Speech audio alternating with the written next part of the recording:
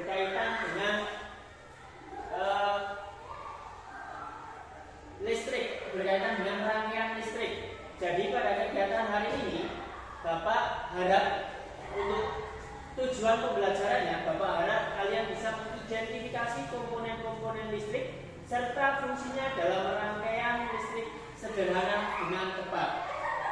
Baik, untuk yang pertama, sebelum kalian tahu listrik, kalian harus tahu sumber-sumber listrik. Sumber listrik yang paling sederhana ini adalah yang pertama, yaitu batu baterai. Batu baterai pasti kalian sering lihat ya. Kalian ketika misalkan di remote TV, kemudian misalkan di remote AC ataupun di remote yang lain, kalian pasti sudah sering lihat yang namanya batu baterai. Jadi batu baterai terdiri dari yang pertama ini ada kutub positif dan ada kutub negatif. Dan sumber dari listrik batu baterai itu disimpan di sini. Kemudian yang selanjutnya ada aki. Yang sering kalian lihat aki ini di mana? Di sepeda motor. Di sepeda motor sumber listriknya bersumber dari aki ini. Di aki juga terdapat yang kutub positif dan juga kutub negatif. Untuk aki sendiri ini biasanya terdiri dari larutan asam sulfat. Jadi biasanya larutan asam sulfat, karena ini sifatnya asam, ini bisa juga disebut cairan keras. Kalau terkena kulit kalian bisa melepuh. Kemudian yang selanjutnya ada dinamo dan generator. Dinamo itu biasanya terdiri atas kumparan, kemudian ada magnetnya. Kumparan itu biasanya terbuat dari lilitan tembaga. Kemudian di luarnya ada magnet.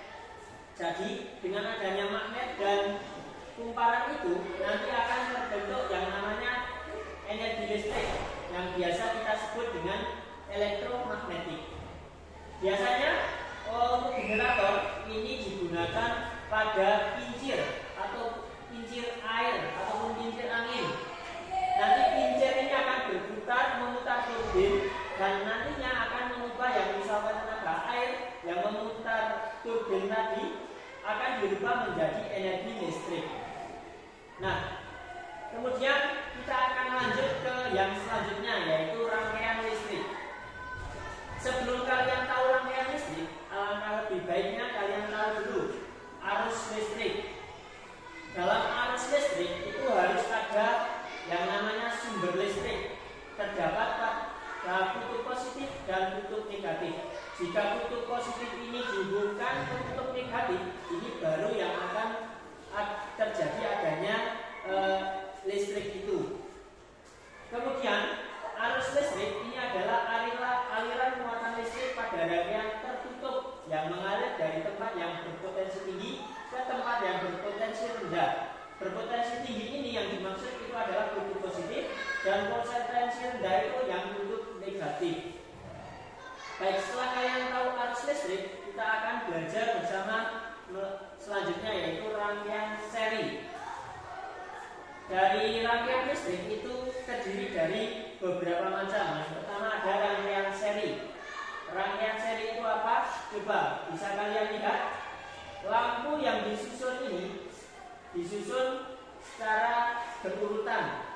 Tidak ada cabang di antara kedua lampu ini. Inilah yang dinamakan rangkaian seri atau berurutan. Rangkaian seri ini mengalir tanpa melalui cabang. Kemudian arus listrik yang mengalir melalui lampu satu kemudian akan melalui lampu 2 secara berurutan. Jadi listrik dari baterai ini akan mengalir menuju lampu 1, kemudian dialirkan lagi menuju lampu 2, kemudian kembali lagi ke baterai. Selanjutnya yang kedua ada rangkaian paralel. Lampu disusun secara paralel ini artinya lampu ini ada cabangnya, berbeda dengan rangkaian seri yang tadi. Seri yang tadi itu kan disusun secara berurutan, sedangkan untuk yang paralel disusun, nah ini ada cabangnya. Kemudian rangkaian paralel ini, coba kalian lihat ada baterai atau sumber listrik. Listriknya ini akan dialirkan menuju ke lampu. Nah, di sini karena ada cabangnya, maka aliran listrik ini akan melalui lampu 2, sekaligus nanti akan melalui lampu 1, kemudian kembali lagi ke baterai. Begitu. Untuk yang selanjutnya ada rangkaian seri, ada rangkaian campuran. Rangkaian campuran ini terdiri dari rangkaian seri yang ini dan juga rangkaian paralel, cabangnya di sini. Itu adalah perpaduan antara